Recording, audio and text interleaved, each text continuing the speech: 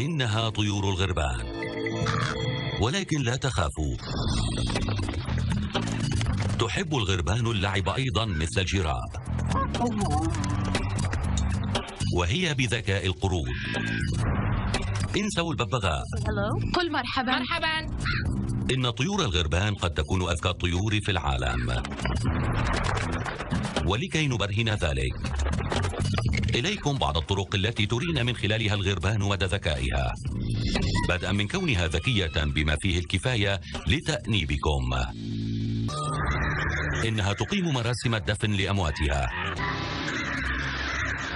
ويساندون بعضهم بعضا عندما تحصل وفاة في الأسرة، لأنه عندما يتعلق الأمر بالوفاة فالغربان تقيم مراسم دفن لأمواتها.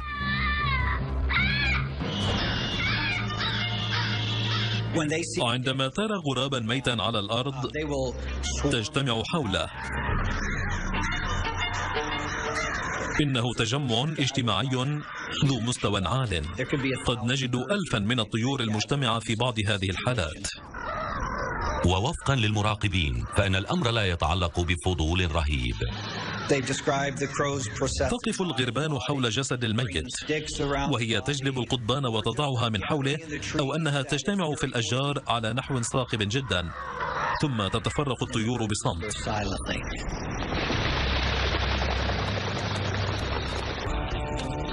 قد تكون أذكى الطيور في العالم. مرحبا. مرحبا. مرحبا. وهي تعيش في حدائق منازلنا. إنها طيور الغربان.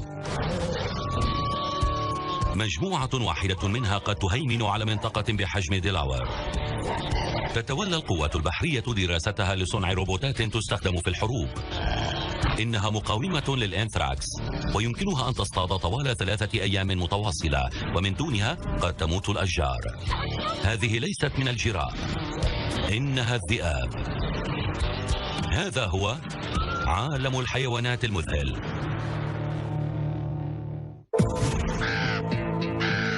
عرفت لأكلها البشر، وهي لا تنسى وجها.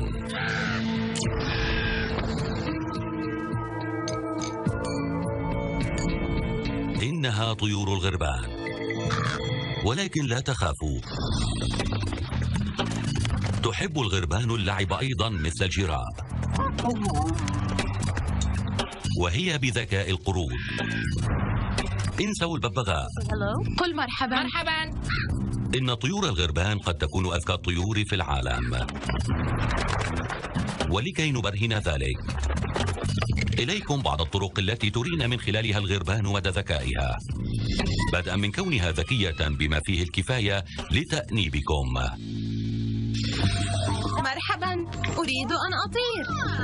أذناك لا تخدعانك. مرحبا. مرحبا. مرحبا. مرحبا. تستطيع طيور الغربان حقا أن تتكلم، وعلى الرغم من تحويل إدغار آلان بو لتلك الطيور السود المتكلمة إلى شيء مخيف، فالواقع أنا أحبك. عندما تربي الغربان في الأسر فهي أحيانا قد تحاكي صوت الناس، وغالبا ما تتحدث فقط إلى شخص واحد. إنها تعير اهتمامها وتحاول التواصل مع فرد معين. يقال إن الغربان الأليفة تنطق اسم مالكها بشكل أصوات محددة تستخدم فقط بوجود ذلك الشخص. أعلم صحيح؟ أما في البرية فللغربان طريقة فريدة في نوعها في التواصل، وقد تكون لغتها أكثر ثراء مما توقعه أي شخص. نحن نعلم أن للغربان مفردات متنوعة جدا، ومفردات غنية جدا، وأصوات لها معان محددة جدا.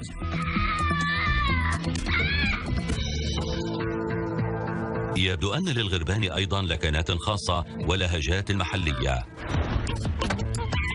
لقرون كان يعتقد أن الأفكار الذكية متوافرة فقط في أدمغة الثدييات، ولكن في عام 2013 اكتشف علماء الأعصاب في ألمانيا شيئا غريبا في أدمغة الغربان، شيئا قد يؤدي إلى تقدم بشري مذهل.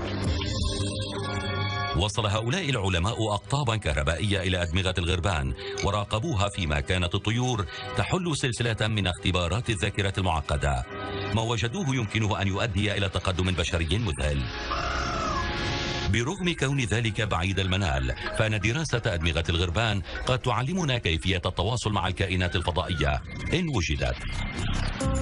حل اللغز موجود في دماغ الطائر، فهو الأقرب إلى ذكاء الكائنات الفضائية بحسب معرفتنا. عندما نحاول نحن البشر ونحن من الثدييات حل مسألة ما، فإننا نستخدم القشرة الجبهية. الطيور لا تملك هذه القشرة، ويقع موقع تفكيرها في جزء مختلف من الدماغ، وهو معروف باسم نيدوباليوم كودولاترال. استنادا إلى الدراسة الألمانية، يعتقد بعض الأشخاص أن فهم كيفية عمل دماغ مختلف جدا عن دماغنا قد يساعدنا على التواصل مع هؤلاء الزوار في المستقبل، أو على الأقل على إيجاد غربان مخيفة أكثر ذكاء. بما أننا نجري مقارنة بين العقول، ففيما يتعلق بحجم أجسادها فإن أدمغة الغربان بالحجم نفسه لأدمغة القردة من فصيلة القردة العليا، وتماما مثل تلك القردة الذكية. يمكن لهذه الطيور استخدام الأدوات، وقد تكون أفضل من قرد الشمبانزي. هذا هو غراب نيو كاليدونيا. في البرية يستخدم هذا الطائر الأصلي قضبانا طويلة للإمساك بحشرات لذيذة، ولكن الغربان لا تستخدم فقط الأدوات بل تصنعها أيضا.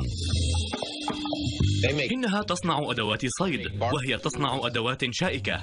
يمكنك تعليم الشمبانزي القيام بذلك، ولكنه ليس ماهرا جدا. هنا غراب أنثى تدعى بيتي تحاول الوصول إلى سلة صغيرة من الطعام، ولكن كل ما بحوزتها قطعة طويلة من هذا السلك. بالتفكير قليلا تطوي هذا السلك،